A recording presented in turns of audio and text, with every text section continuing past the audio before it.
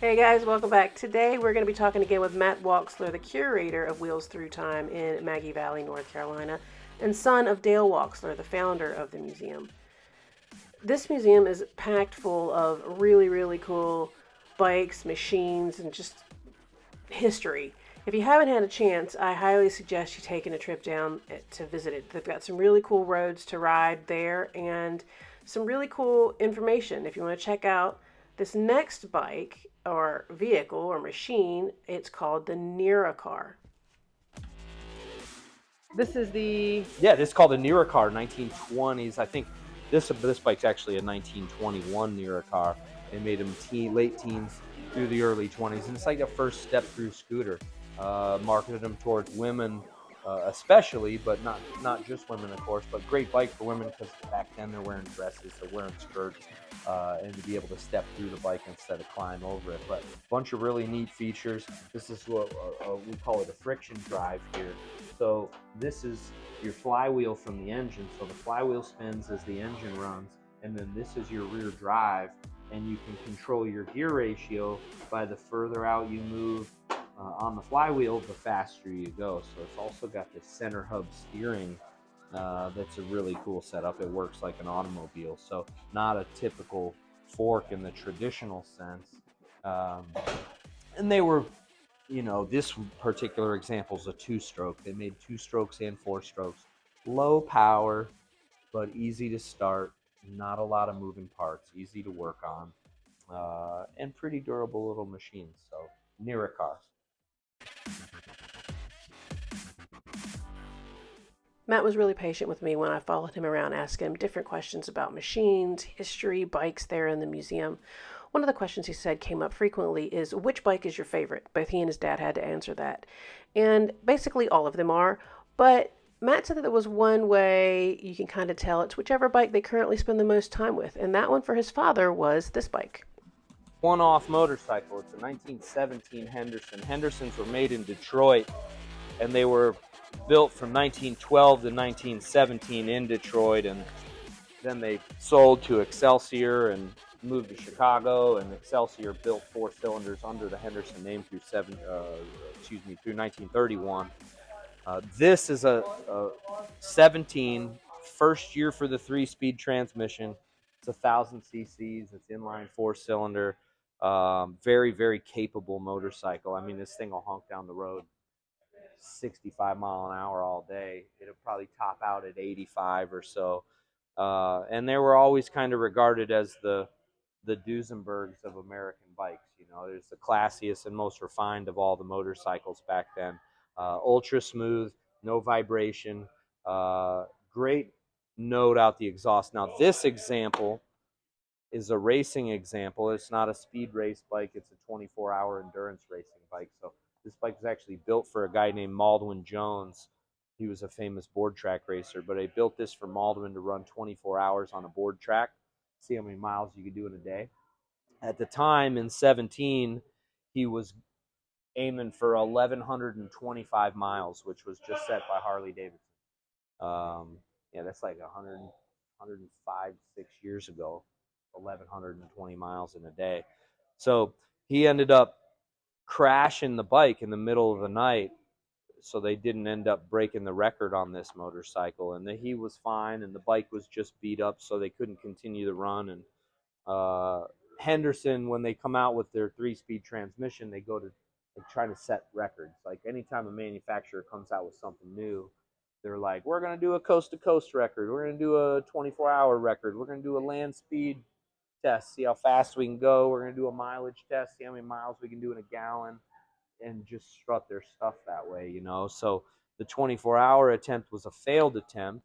They, on a very similar bike to this, did a coast-to-coast run from LA to New York. They did that in 7 days and 11 hours back in 1917. So that set the transcontinental record at the time. So in 1997, my dad found this bike in 95. So that's something like 80 years after the bike was wrecked.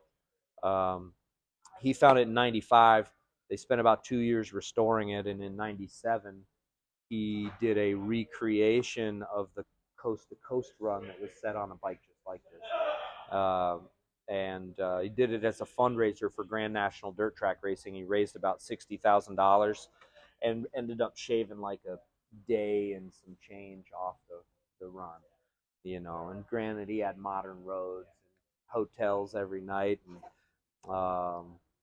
but did it as the fundraiser for dirt track racing. He always said the bike was 90 years old and the rider was twice as old, though, so it's still quite a feat. Six days and 4 hours coast to coast. So, yeah, and this one's all special chassis, special racing engine, special manifold, bigger gas tank for a 24-hour run. So you get normal Henderson gas tanks like maybe about this wide, real long, maybe a 3-gallon tank. This one I think is a 7-gallon tank. So.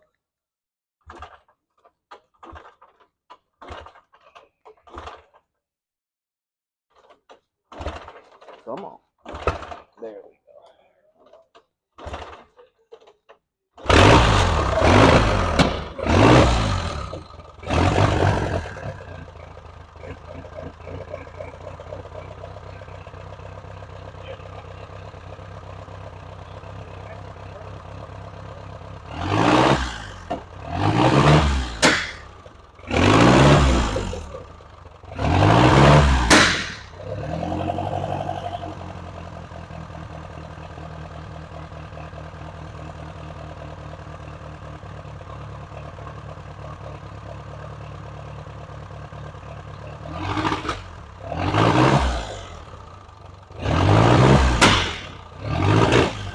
Got out of gas.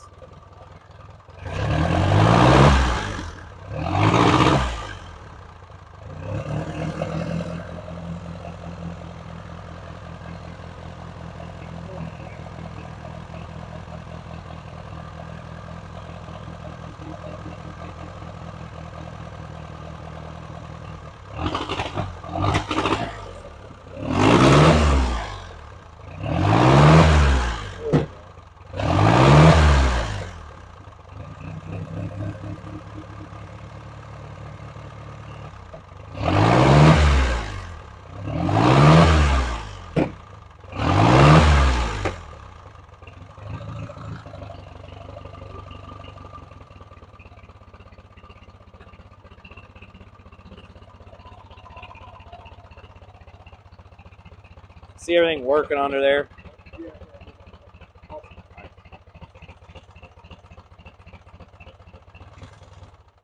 Pretty smooth. And very capable bike. Like I said, goes down the road really well. He outfitted it with a Honda front brake and drop center rims instead of the clincher style rims. So just to make it a little safer, a little more modern. Still had a flat tire coming out of somewhere in like near Flagstaff or something, and locked the rear wheel up. All the whole coast to coast run though, all he had was the flat tire as far as problems go. Yeah.